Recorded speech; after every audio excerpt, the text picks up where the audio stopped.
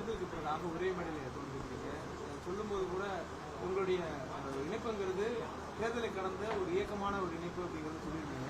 இருந்தாலும் இந்த அரசியல் சூழல்ல வேற கூட்டணிக்கு நீங்க ஒரு ஆதரவு கொடுத்துருக்கூடிய சூழல்ல ஒரு அழுத்தம் இருக்கா? சமூக அழுத்தம் தேர்தல் அரசியலுடைய அழுத்தம் இருக்கா? எந்த அழுத்தமும் எங்களுக்கு இல்லை. நிலவுகிற சூழலில் எங்கள் கட்சி மக்கள் அளித்த தீர்ப்பிற்காக அந்த இடத்தில் ஆளுநர் அமர்ந்து விடக்கூடாது. அது மக்கள் அதிகாரத்தை சிதைத்து விடும். அந்த சூழலை கருத்தில் கொண்டு அமைப்பாக நாங்கள் கூடி அரசியலாக எடுத்த முடிவு, ஜனநாயகத்தை காப்பதற்காக எடுத்த முடிவு. நிலவுகிற சூழலில் நாங்கள் எந்த கூட்டணியிலும் இல்லை என்பதை நாங்கள் தெளிவுபடுத்திவிட்டோம்.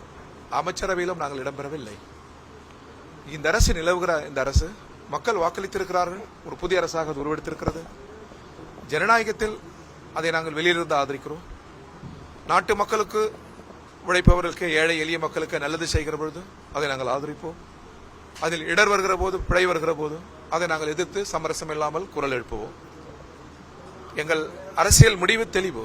திராவிட இயக்கங்களை பொறுத்தவரை தந்தை பெரியார், பேரறிஞர் அண்ணா, டாக்டர் கலைஞர், இந்த மனிதர்களை நாங்கள் மதிக்கிறோம்.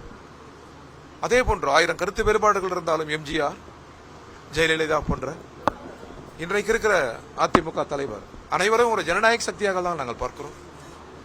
இதை திமுக கூட்டணியில் இருந்த போதே அதிமுக ஒரு ஜனநாயக சக்தி என்று நான் பலமுறை சொல்லியிருக்கிறேன். இப்பொழுதும் சொல்லுகிறோம். எங்களுக்கு அரசியலில் பகைமுரண் என்பது RSS, பிஜேபி. சமரசம் இல்லாமல் எதிர்க்கிறோம். அவர்கள் மீது கூட எங்களுக்கு அவதூறு அரசியல் இல்லை, காழ்ப்பு அரசியல் இல்லை, கசப்பான அரசியல் இல்லை.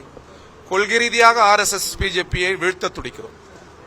தமிழ்நாட்டின் நலனுக்காக, நாட்டு நலனுக்காக, உழைப்பாளி மக்கள் நலனுக்காக போராடுகிற அனைத்து ஜனநாயக சக்திகளுடனும் இடதுசாரிகள் போராடுவோம், கம்யூனிஸ்டுகள் போராடுவோம் என்பதை மீண்டும் அழுத்தமாக சொல்கிறோம். பாஜகவுக்கு ஒரு டாக்ஸியான கவர்மெண்ட் தமிழ்நாட்டில் அமைந்திடக்கூடாதுங்கிறதுக்காக தான் இடதுசாரிகள் IUML, VCக்கு ஆதரவு கொடுத்தோம். ஆனால் பாஜக பலம் தரக்கூடிய, பாஜக நினைக்கக்கூடியதை மறைமுகமா விஜய் அரசு செய்துகிட்டு இருக்கு. இது ஒரு மறைமுக பாஜக ஆட்சியா தான் இருக்குன்னு ஆளுநர் ஷானவாஸ் ஒரு கடுமையான குற்றச்சாட்டை தாவே. அந்த நிலைக்கு நாங்கள் போகவில்லை. இது ஒரு ஜனநாயக நாடு, வெளிப்படையானதுதான். திருப்பரங்குன்றத்தில் அவர்கள் நிலை சரி, மேகதாது பிரச்சனையில் அவர்கள் நிலை சரியாக இருக்கிறது. நாங்கள் ஆதரவு அளிக்கிற போதே சொன்னோம், இந்தியாவினுடைய இறையாண்மையில் மிக உறுதியாக இருக்க வேண்டும், கொடுத்த வாக்குறுதிகளை நிறைவேற்ற வேண்டும், அவ்வளவுதான். அது போன்ற மதிப்பீடுகளுக்கு நாங்கள் செல்லவில்லை. நீட் தேர்வுல அவர்களுக்கு நிலைப்பாடு எதிர்பார்க்கு. ஆனா தமிழ்நாட்டில் போராட்டம் குறிப்பாக இடதுசாரி மாணவர் அமைப்புகள் போராடும் போது அது அடக்குமுறையும் ஒடுக்குமுறையும் அவங்க எதிர்க்கிறத வலிமையா கண்டிக்கிறாங்க. இதுபோல் சொல்வது ஒண்ணு, செய்வது ஒண்ணு. பாஜகவுக்கு எது தேவையோ அந்த சூழல் அதை சரியா கச்சிதமா தாவேக்க செய்து முடிக்கிறது. சென்னையில் இந்திய ஜனநாயக வாலிபர் சங்க தோழர்கள், SFI தோழர்கள் போராடிய போது காவல்துறை உரிய இடத்தில் அனுமதி அவர்களுக்கு தந்திருக்க வேண்டும். இது ஜனநாயகத்தை வலுப்படுத்துகிற போராட்டம்.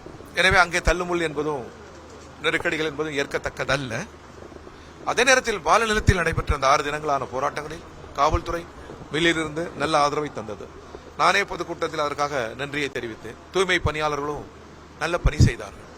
எங்களை பொறுத்தவரை எந்த அழுத்தமும் இல்லை, எந்த அச்சமும் இல்லை.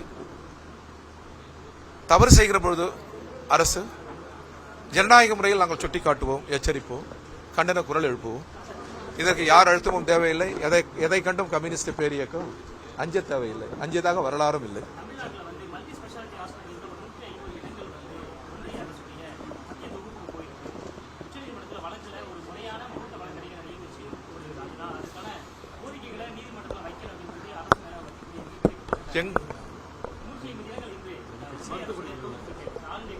எங்களை பொறுத்தவரை கல்வி மாநில பட்டியலில் இருக்க வேண்டும். இன்னும் சொல்வதென்றால் மருத்துவமும் மாநில அரசின் அதிகாரத்திற்கு உட்பட்டு வர வேண்டும்.